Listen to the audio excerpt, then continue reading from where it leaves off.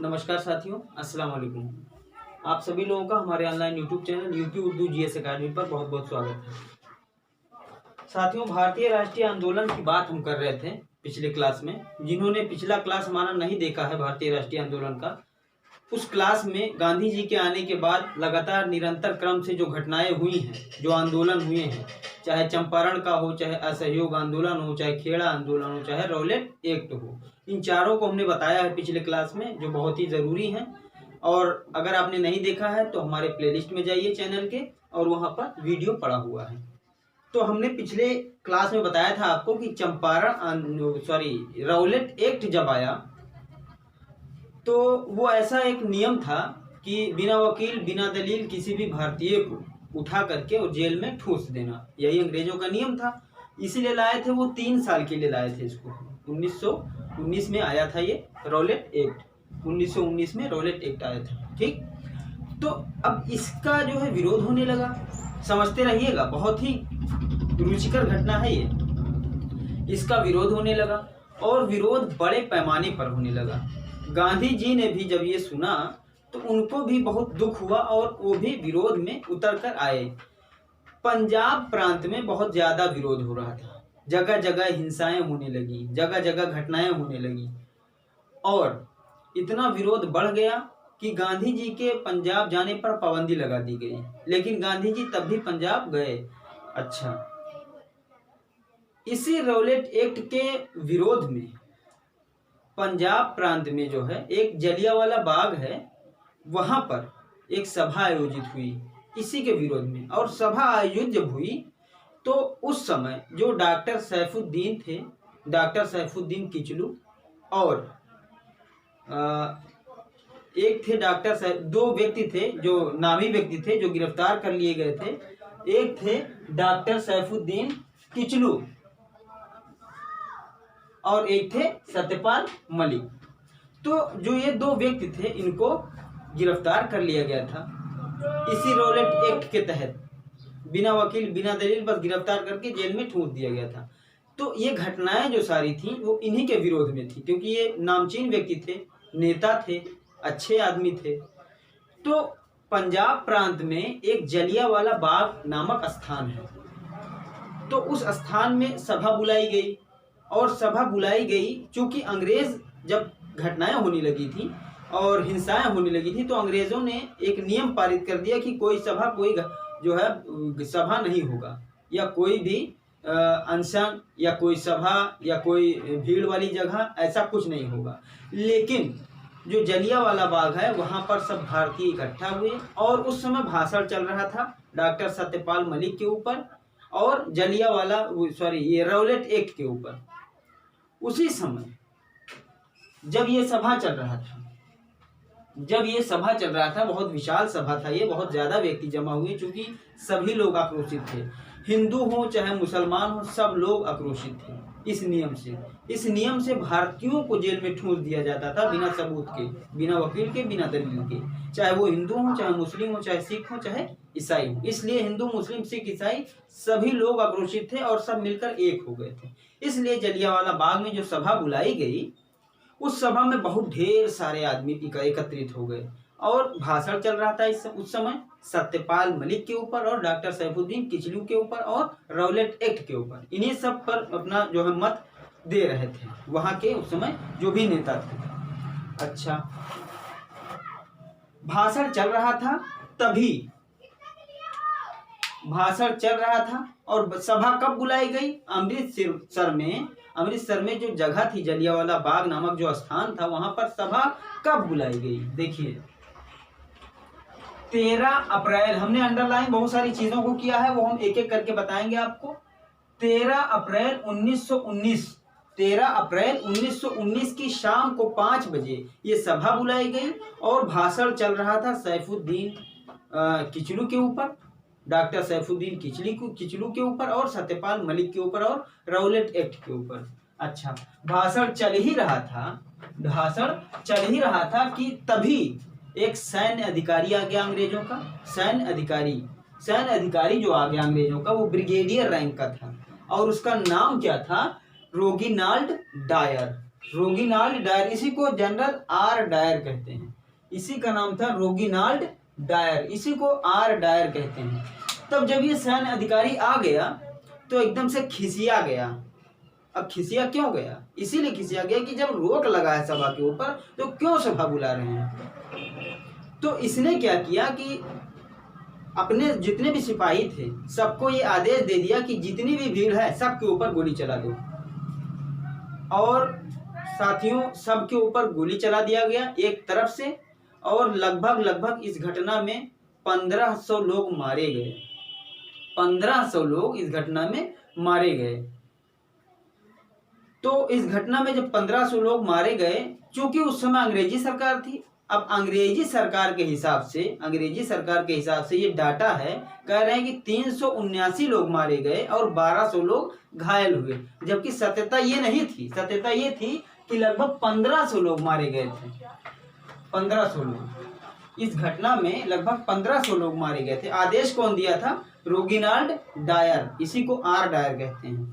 तो इसी ने आदेश दे दिया था और इस घटना में लगभग 1500 लोग मारे गए। लेकिन सरकारी जो आंकड़ा था उस समय का, अंग्रेजी सरकार का, 379 लोग, ये कह रहे हैं सरकारी हिसाब से 379 लोग मारे गए और 1200 लोग घायल हुए। अच्छा, ये आंकड़ा इलाहाबाद सेवा समिति के माध्यम से, अंग्रेजों ने ये आंकड़ा इलाहाबाद सेवा समिति के माध्यम से मृतकों की सूची बनाई थी। ये इलाहाबाद सेवा समिति के माध्यम से, ध्यान में रखिएगा इन सब चीजों को। इलाहाबाद सेवा समिति के माध्यम से ये सूची बनवाई थी अंग्रेजों ने। अच्छा, उसके बाद इस घटना से इतने आहत हो गए रविंद्रनाथ टैगोर, इतने आहत हुए, इतने दुखी हुए कि ब्रिटिश सरकार ने उन्हें एक उपाधि दी थी, नाइटहुड की उपाधि। तो उन्हें इतना दुख हुआ, इतने आहत हो गए कि उन्होंने अपनी उपाधि जो नाइटहुड की पाई थी अंग्रेजी सरकार से, नाइटहुड की उपाधि वो वापस कर दी। तभी वापस कर दी थी 1919 में ही, ठीक है। तो रविंद्रनाथ टैगोर, पूछा जाता है क्वेश्चन में कि रविंद्रनाथ टैगोर ने अपने नाइटहुड की उपाधि कब वापस की थी? तो इसी जलियांवाला बाग हत्याकांड के दुख में 1919 में अपनी नाइटहुड की उपाधि वापस कर दी थी। आदेश किसने दिया था? जनरल रोगिनाल्ड डायर, ब्रिगेडियर रैंक का था ये रोगिनाल्ड डायर, ठीक है। कितने लोग लगभग मारे गए? 1500 लोग। अंग्रेजी आंकड़े के हिसाब से 379 लोग मारे गए और 1200 लोग घायल हुए। किस समिति ने यह आंकड़ा तैयार किया था मृतकों की? इलाहाबाद सेवा समिति ने, ध्यान में रखिएगा। अच्छा, उसके बाद उस समय एक वायसराय की परिषद में एक सदस्य थे शंकर नायर। उन्हें, चूंकि भारतीय थे, ये जबरदस्ती काम ही हुआ था, इतना गलत काम हुआ था कि उस समय एकदम से आहत थे। भारत के जितने भी लोग थे सब आहत थे, परेशान थे, एकदम ठगा सा महसूस कर रहे थे कि क्या कर दिया इसने। तो एक वायसराय की परिषद में एक सदस्य थे भारतीय शंकर नायर, तो इन्होंने अपने पद से इस्तीफा दे दिया था। वायसराय की परिषद से इन्होंने इस्तीफा दे दिया था। ये भी पूछा जा सकता है कि कौन से व्यक्ति ने वायसराय की पद से इस्तीफा दे दिया था जलियांवाला बाग हत्याकांड के बाद में? तो शंकर नायर ने अपने पद से इस्तीफा दे दिया था। और रविंद्रनाथ टैगोर ने क्या किया था? इन्होंने नाइटहुड की उपाधि जो ब्रिटिश गवर्नमेंट द्वारा इनको दी गई थी, ये आहत इतने दुखी हुए कि नाइटहुड की उपाधि को वापस कर दिया कि ले जाओ अपनी उपाधि, ठीक है। तो उसके बाद में जो है, अच्छा, उस समय जब ये जलियांवाला बाग हत्याकांड हुआ था, उस समय पंजाब प्रांत का जो लेफ्टिनेंट गवर्नर था, वो उसका भी नाम माइकल ओ डायर था। उसका नाम माइकल ओ डायर था। ये देखिए, माइकल ओ डायर। जब ये घटना हुई थी उस समय पंजाब प्रांत का जो लेफ्टिनेंट था, यानी कि थोड़ा छोटा होता है, जनरल ओ डायर तो ब्रिगेडियर रैंक के थे, आदेश तो इसी ने दिया था, लेकिन इसका भी नाम माइकल ओ डायर था। डायर इसके भी अंत में आता था और डायर इसके भी अंत में आता था, ठीक है। तो उधम सिंह एक थे, तो वो समझ नहीं पाए। उधम सिंह ने समझा कि इसी ने जो है आदेश दिया है, तो इसी को गए, लंदन पहुंच गए। 1940 में इसको लंदन में मार डाला उधम सिंह ने।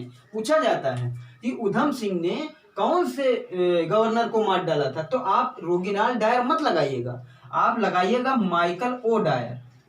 माइकल ओ डायर, चूंकि ये भी जिम्मेदार था भाई, अब ये भी उस समय ओहदे पर था, इसको जानकारी नहीं थी इसको जानकारी, लेकिन ओहदे पर था तो जिम्मेदारी इसकी भी थी। तो इसीलिए उधम सिंह ने कहा कि यही था, और इसको लंदन में जा करके 1940 में लंदन में इसको मार डाला जनरल उधम सिंह ने माइकल ओ डायर को लंदन में जा करके मार डाला था। ये उस समय का, जब जलियांवाला बाग हत्याकांड हुआ था, उस समय का लेफ्टिनेंट गवर्नर था ये पंजाब प्रांत का। ब्रिगेडियर से थोड़ा छोटे होते हैं ये पद में।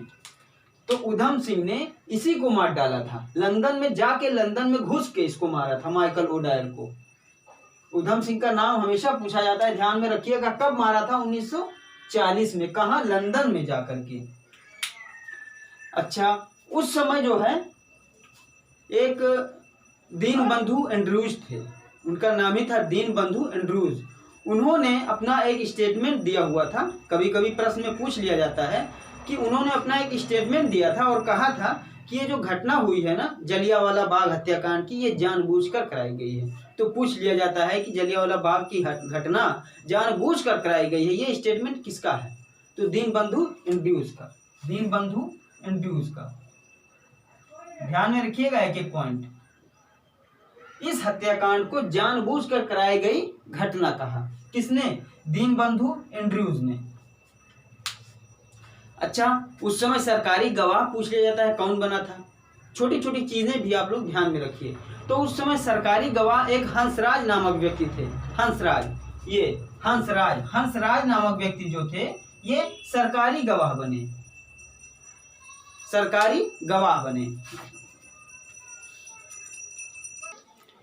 तो हंसराज जो थे वो सरकारी गवाह बन गए।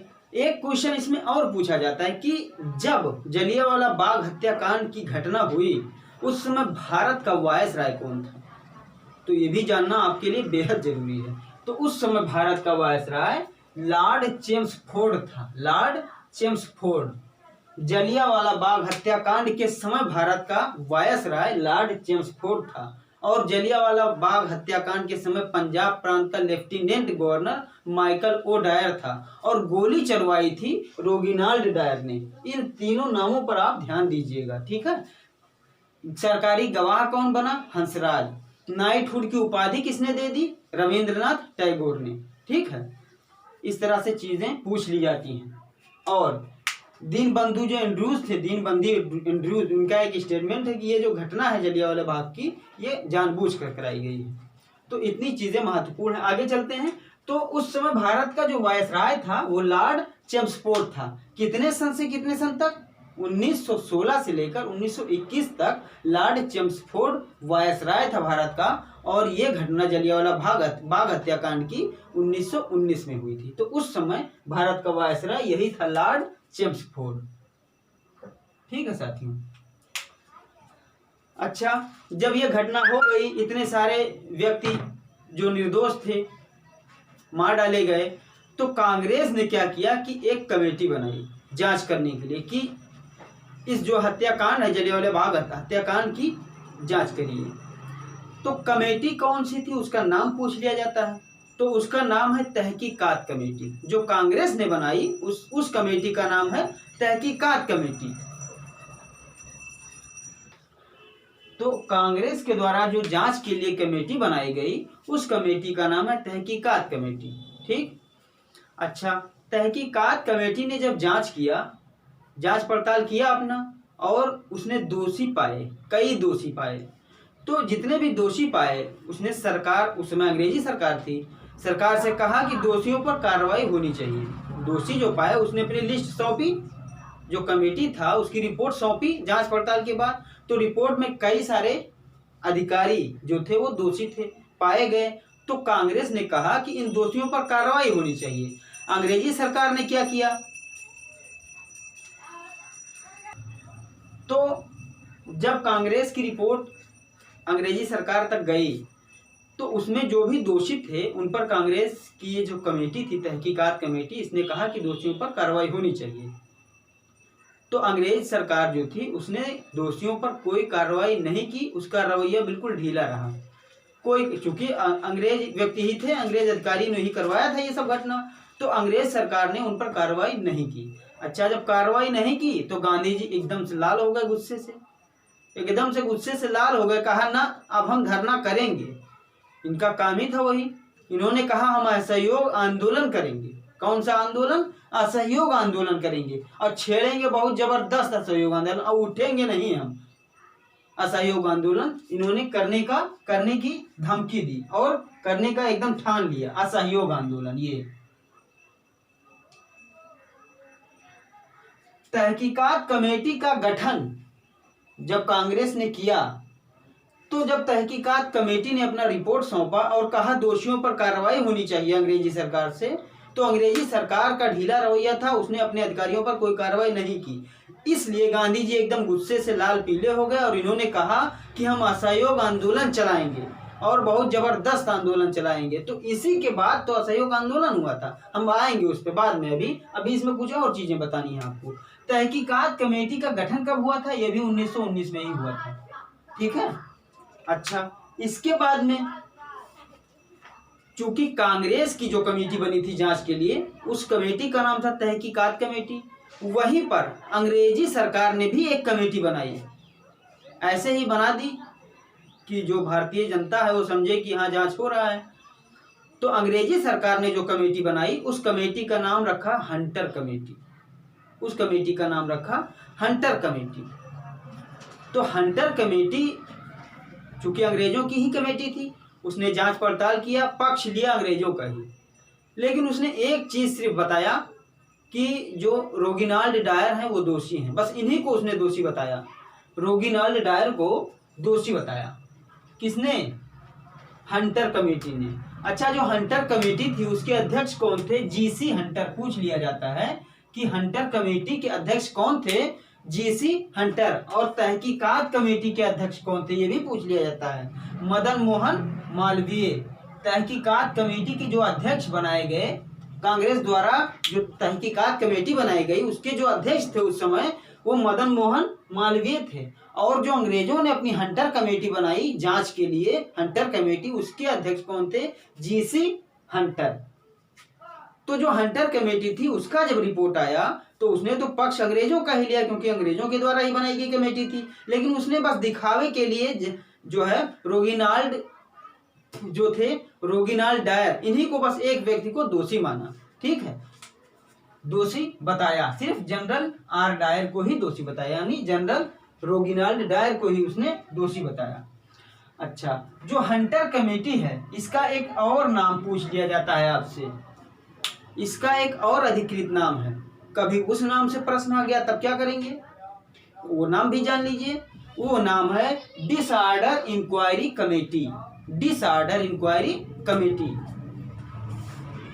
ये डिसऑर्डर इंक्वायरी कमेटी जो है, ये कमेटी हंटर कमेटी का ही एक अधिकृत नाम है। अच्छा, इसके बाद में हम आपको तहकीकात कमेटी और हंटर कमेटी दोनों में अंतर स्पष्ट करा देते हैं ताकि आप लोग जान जाएं।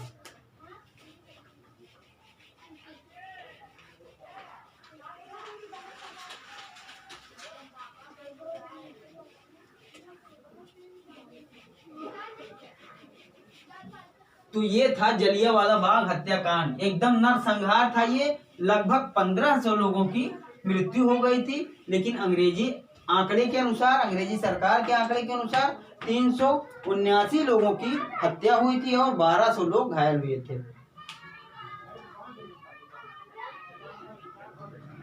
तहकीकात कमेटी और हंटर कमेटी।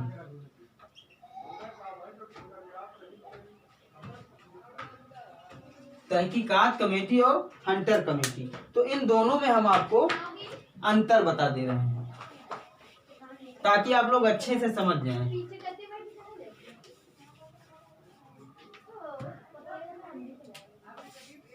इसके अध्यक्ष, सदस्य, इसके अध्यक्ष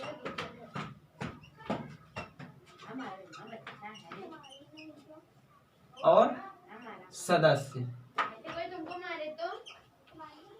अध्यक्ष और सदस्य। तो असल में बच्चे बाहर चिल्ला रहे थे, इसलिए हम उनको मना करने गए थे। खैर, तो हम आपको अंतर स्पष्ट कराएंगे। सदस्य,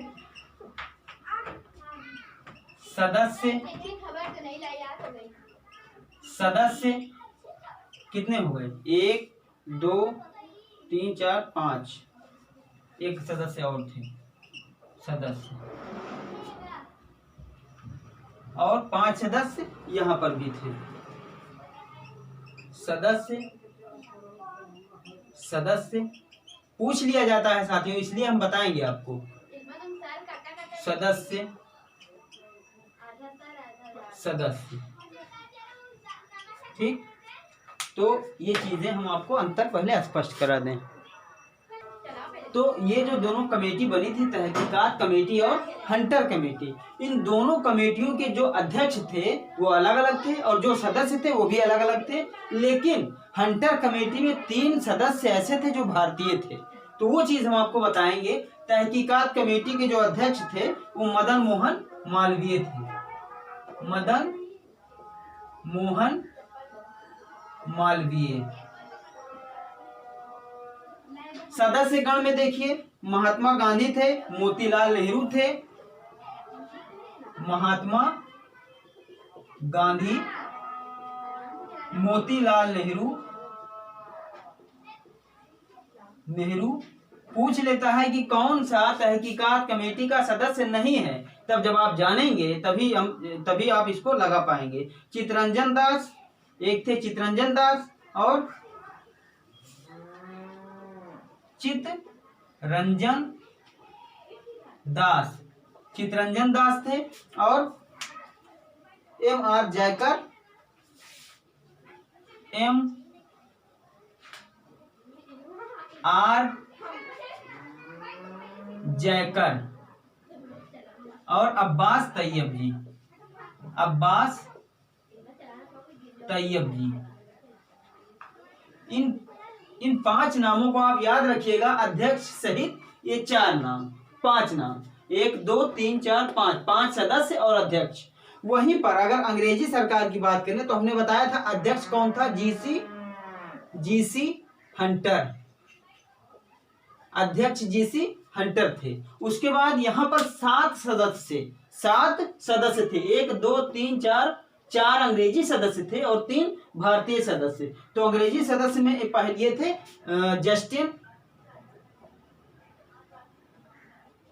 जस्टिन, फिर WF राइस,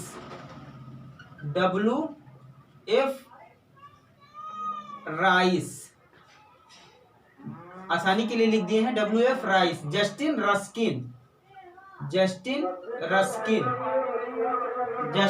रस्किन और जॉर्ज बैरो और टॉमस स्मिथ।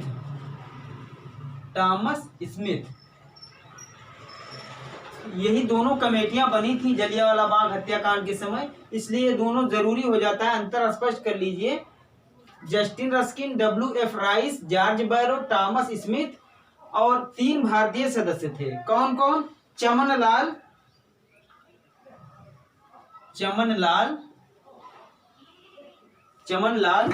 और पंडित जगत नारायण। 3 सदस्य भारतीय थे। अंग्रेजी जो हंटर कमेटी बनी थी उसमें 3 सदस्य भारतीय थे और 4 सदस्य अंग्रेज थे। तो जो भारतीय थे उनमें चमनलाल थे, पंडित जगत नारायण थे और साहबजादा सुल्तान अहमद खान। साहबजादा सुल्तान अहमद खां। तो ये दोनों कमेटियां हो गई, दोनों कमेटियों के अध्यक्ष हो गए और दोनों कमेटियों के अलग अलग सदस्य हो गए। 3 भारतीय थे हंटर कमेटी में। पूछ लिया जाता है कितने सदस्य भारतीय थे, इसलिए हमने आपको लिखवा दिया है। तो आप सभी लोगों ने पूरा क्लास देखा होगा साथियों। आप सभी लोगों को बहुत बहुत धन्यवाद। और बहुत ही जरूरी है ये टॉपिक। गांधी युग चल रहा है, गांधी युग के बाद जितने भी आंदोलन हुए, सारे आंदोलनों को हम स्टेप बाय स्टेप करके, एक एक करके हम सब आपको लिखवा देंगे बिल्कुल फ्री में। इसलिए आप सभी लोग निश्चिंत रहें और धैर्य के साथ तैयारी करें। और हमारे चैनल को भी साथियों आप अपने स्तर से आप शेयर करें, सब्सक्राइब करें जिन लोगों ने सब्सक्राइब नहीं किया है। नहीं तो दोबारा सब्सक्राइब मत करिएगा, नहीं तो वो अनसब्सक्राइब हो जाता है। दोबारा सब्सक्राइब मत करिएगा। आप अगर कर चुके हैं सब्सक्राइब तो फिर दोबारा नहीं करना है। आप शेयर करें, लाइक करें, कमेंट करें। बहुत बहुत धन्यवाद, बहुत बहुत शुक्रिया।